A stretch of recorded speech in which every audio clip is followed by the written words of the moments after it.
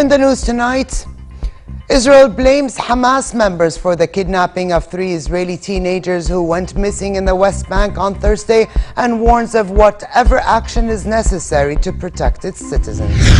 The Arab League meets to discuss the security situation in Iraq, urging the reconciliation between all political factions as Islamist militants spread the insurgency to the northwest.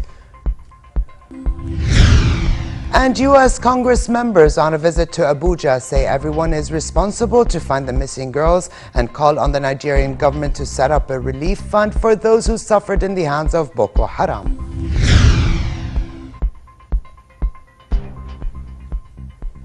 Good evening and welcome to a new edition of the news, and apologies for the delay. Israeli Prime Minister Benjamin Netanyahu blamed Hamas members for the kidnapping of 3 Israeli teenagers who went missing on Thursday in the West Bank. Speaking to reporters, Netanyahu warned that Israel will take whatever action is necessary to protect its citizens and held Palestinian President Mahmoud Abbas responsible for the kidnapping. The Israeli army has carried out house-to-house searches, roundups and interrogations in the West Bank city of Hebron and outlying villages. In a widespread overnight operation, the military also arrested about 100 Palestinian suspects, including at least 7 Hamas members of the Palestinian parliament and several prisoners recently released by Israel. Hamas, meanwhile, poured scorn on Netanyahu's assertion that the group was behind the abduction of the teenagers. Hamas labeled Netanyahu's comments as stupid. A Fatah official, however, said the abduction shows the failure of the Israeli security system. Netanyahu's comments are stupid comments, and they are of an intelligence nature. The occupation is totally responsible for the escalation in the West Bank against our people and leadership. There are big numbers of arrests happening against Hamas leaders and parliament members in the West Bank.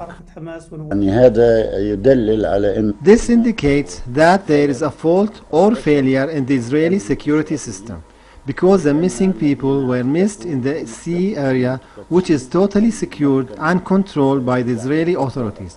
And they were in a strategic area which has Israeli military camps. In Gaza, a 7-year-old boy has died of wounds suffered in an Israeli airstrike last Wednesday that killed his uncle, a Palestinian fighter, as they were riding on a motorcycle in the Gaza Strip. The Israeli military did not comment on the death of the boy, Ali Abdellatif al-Awur.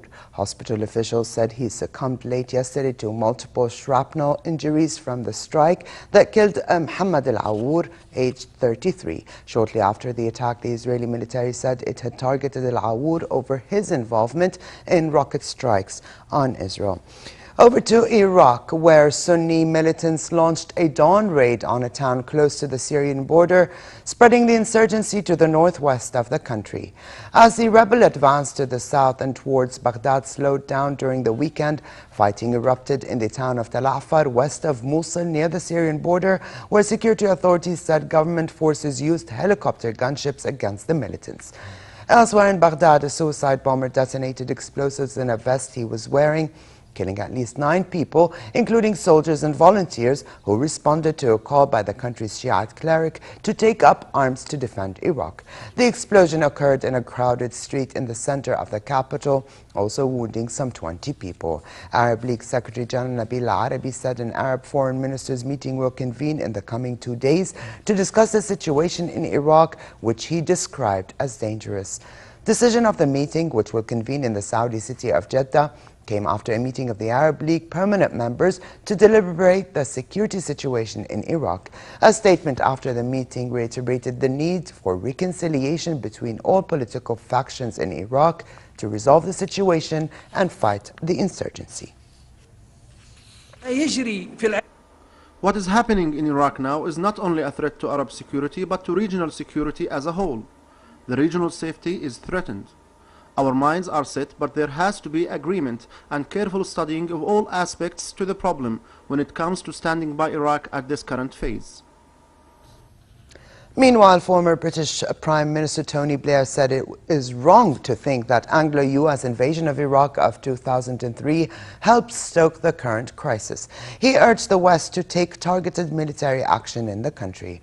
In comments to BBC TV from Abu Dhabi, Blair said the Iraq crisis would have happened regardless of his actions.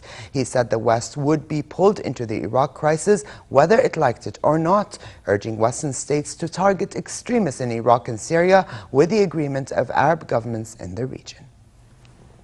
We have to look at Syria and Iraq and the region in context. We have to understand what's going on there, and we have to engage. And that doesn't mean, by the way, engagement as in Iraq or Afghanistan and ground troops, but it does mean that we actively try and shape this situation with our allies in the region, and don't believe that if we just wash our hands of it and walk away, then the problems will be solved. President Obama, I think very rightly, is saying, right, all the options are on the table. He will be debating with his military commanders what the best form of assistance to the Iraqi government is, whether that's through drones or through fighters or whatever is the right and appropriate response. The key thing is that they need to know they're not going to be able to continue their push unhindered. Over to the Syria crisis, and government forces have retaken Kasab after the withdrawal of rebel forces from the village on the Turkish border. Ousting the rebels from Kasab is seen as a blow to the opposition, especially in light of recent gains by government forces. The Syrian official media said government forces restored stability and security to Kasab as mines and explosives were being removed. Kasab is a majority of Armenian Christians, but most residents have fled a rebel attack on the area in March when the rebels took the village. Elsewhere, a government air raid hit near ISIL's headquarters in the eastern city of Raqqa, the first and only city to fall to insurgents since the beginning of the conflict. And to Libya, where 4 people have been killed and 14 wounded in clashes between forces of renegade retired General Khalifa Haftar and Islamist militants in Benghazi and its suburbs.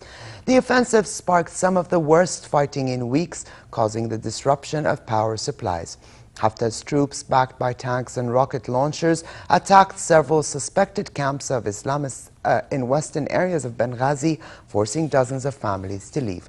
Libyan authorities are struggling to restore order across a vast desert nation ahead of parliamentary election on the 25th. Rival camps in Afghanistan's presidential race each proclaimed to be leading the contest to succeed President Hamid Karzai. Observers said other officials in Kabul have expressed concern that both candidates would complain about fraud and refuse to accept defeat if the outcome of the vote is close.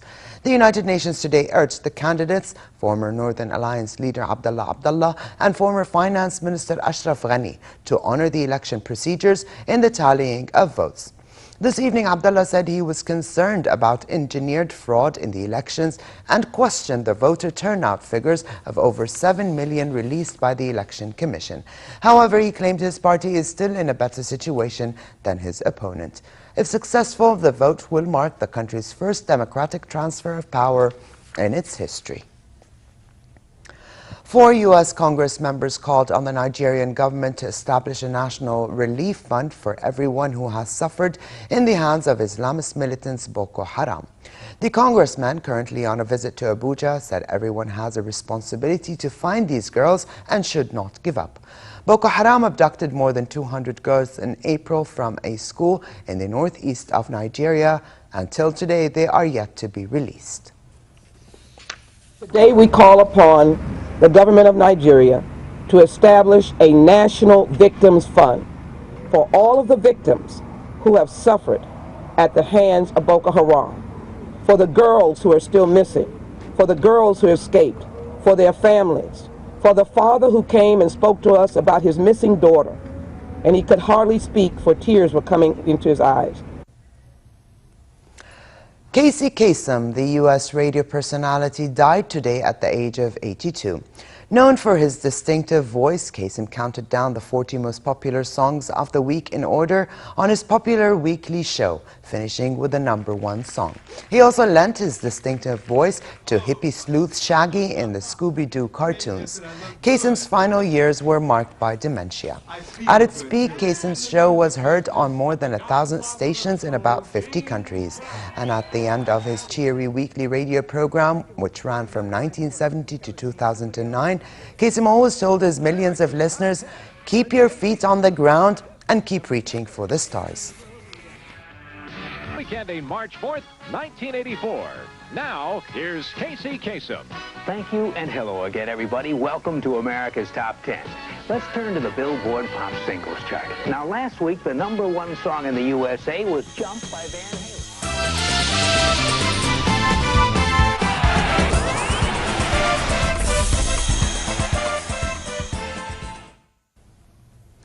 We begin with home news, and His Royal Highness Prince Faisal, President of the Jordan Olympic Committee, received the EGO Award by the U.S. Sports Academy.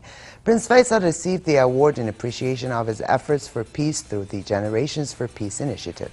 Previous winners of the prestigious award include Her Royal Highness Princess Haya, Hollywood star turned politician Arnold Schwarzenegger, Lord Sebastian of England, organizer of the London 2012 Olympics, as well as Prince Albert of Monaco. Since it was spearheaded by Prince Faisal in 2007, the Generations for Peace initiative has trained over 8,000 youth volunteers from 50 countries on utilizing the power of sports, art and dialogue to resolve internal conflict and violence. And to Brazil and the World Cup games. Haris Severovic struck a stoppage time winner as Switzerland fought back from a goal down to claim a thrilling last gasp 2-1 win over Ecuador in the World Cup Group E opener. The Swiss had boss possession for a long period, but fell behind in the 22nd minute after Ener Valencia scored for Ecuador. A few minutes after the second half kicked off, Admir Mehmedi equalized for Switzerland. And what a finish it was for the Swiss, and a shock to Ecuador. Last night's games also held some surprises. 2 goals in 4 dramatic second half minutes set lowly Costa Rica on their way to a deserved 3-1 victory over Uruguay. The Uruguayans took the lead in the Group D clash from a Cavani penalty midway through the first half.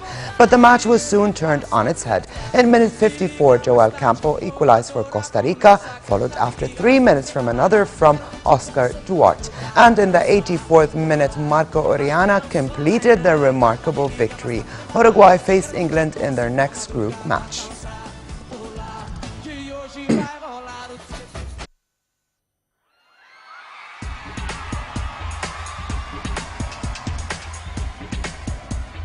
And Italy secured a 2-1 win over England in the World Cup Group D game and will take on Costa Rica in the next group match. Italy took the lead in the 35th minute after a cleverly worked short corner. When the ball was played into Andrea Pirlo, the midfielder let it run under his body, and Claudio Marchisio had time to hammer home a 25-meter right foot shot.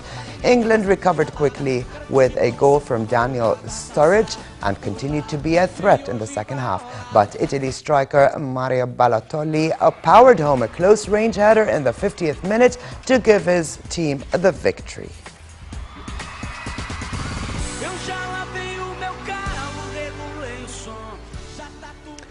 There will be a change in working hours for public sector employees during the holy month of Ramadan, starting end of the month.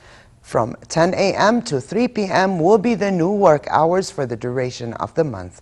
Prime Minister Abdel Mansour said in a communique that the decision excludes employees whose departments require them to work for longer hours. And finally, fair weather continues tonight in most regions with northwesterly moderate winds. Tomorrow, moderate weather is in the forecast for much of the country, but it will be hot in the Jordan Valley and Aqaba. Winds will be northwesterly moderate to brisk, stirring dust in the desert areas. The Gulf of Aqaba should expect a hot day tomorrow with northerly moderate to brisk winds and slightly high seas. Here now is a look at temperatures forecast for tonight and tomorrow.